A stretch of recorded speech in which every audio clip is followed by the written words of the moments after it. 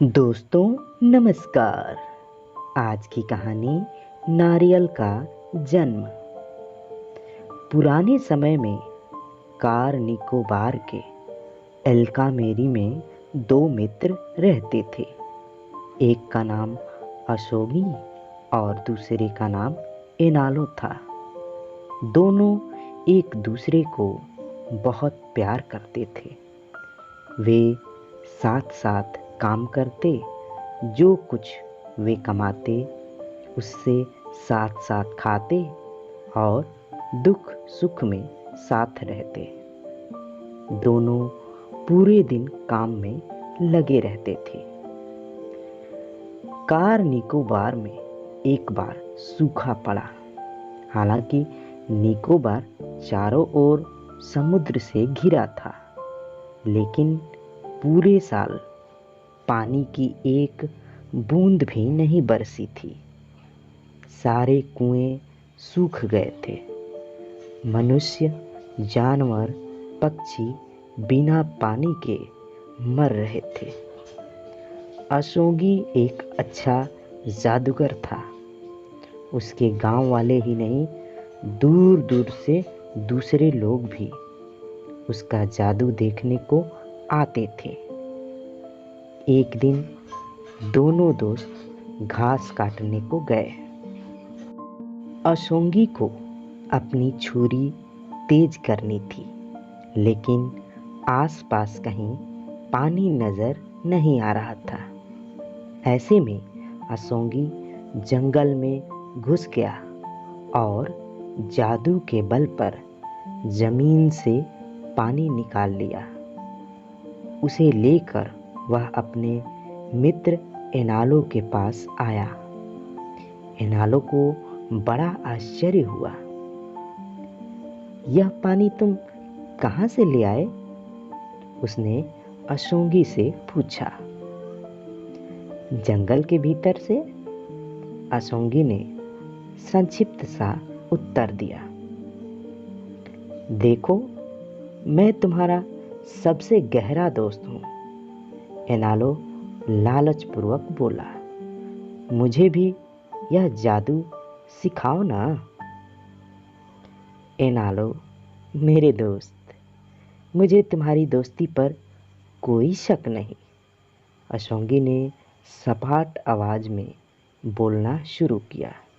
लेकिन मेरे गुरुजी का कहना था कि हर विद्या हर आदमी को नहीं सिखाई जा सकती। इसलिए अच्छा, तो मैं जादू सीखने के योग्य नहीं हूँ। उसकी बात सुनकर एनालो क्रोधपूर्वक चीखा।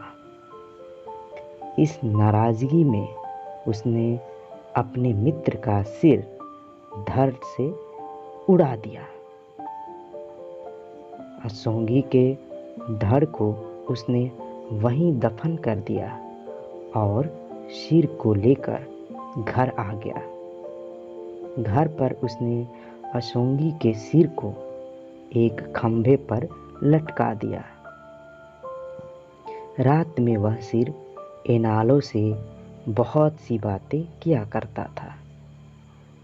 इससे डर कर एनालो गांव छोड़कर भाग गया। वह दूसरे गांव में जा पहुंचा। वहां उसने शादी की और आराम से रहने लगा। कुछ समय बाद उसके घर एक पुत्री का जन्म हुआ। वह एक खूबसूरत लड़की थी। सभी उसे प्यार करते थे। एक बार अचानक लड़की बीमार पड़ गई। एनालो ने उसका बहुत इलाज कराया, लेकिन किसी भी दवा से उसे आराम नहीं हुआ।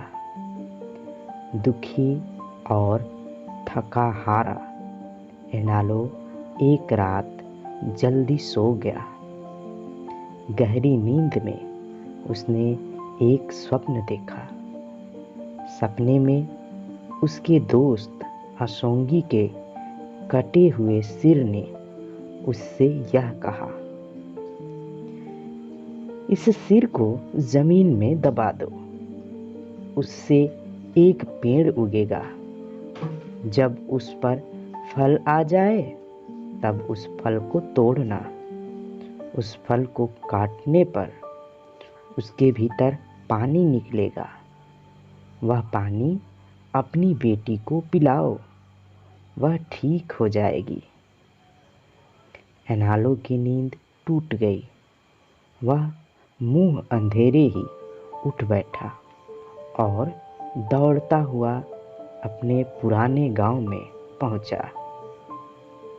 घर में खंभे पर लटके असोंगी के सिर को उसने उसके बताए अनुसार जमीन में दबा दिया। कुछ समय बाद उस सिर से एक पेड़ पैदा हुआ। उस पर फल लगे।